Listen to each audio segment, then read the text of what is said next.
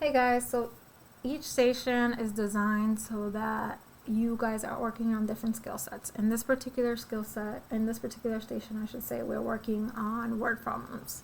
So the first thing we want to do is to read the word problem and highlight any key pieces of information so that it makes it easier for us to understand what it is that we're doing and finding our solution. So here it says Kristen invested $2,000 into a CD with a 5% annual interest rate. Write an equation that represents the amount of the money in the CD over time. And part B states how much money will she have after 15 years. So I'm going to highlight my key pieces of information just so that I have everything. And I'm going to highlight what it is that it's asking me so that I also know what it is that I'm looking for. So in this particular case, I'm going to identify my key pieces of information.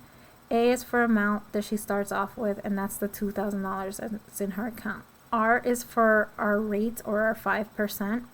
The reason I put this there is because this has to be converted into a decimal, so we have to divide by 100 in order to convert our percent to decimal. And I'm going to put B here because we learned exponential growth and decay functions, and B can change because we can literally have B as being plus or minus R. And in this case, because it's a growth rate, we're going to add. So that's something to note because CDs over time usually grow in money. So this should be 1 plus 0.05, which gives us our new 1.05. Now in class, we learned our exponential equation as being y equals abx. So now it's just a matter of plugging in our information.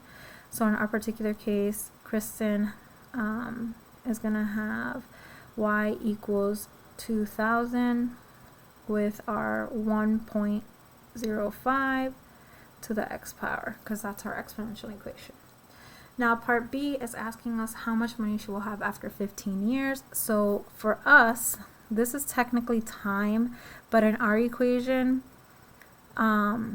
it's basically x. So it's just a matter of plugging this in. So y equals 2,000, 1.05 to the 15th power. When we plug it into our equation, we get approximately $4,157.86 after 15 years. Okay. Each word problem is different, so you'll see that there is going to ask you for different components. All right.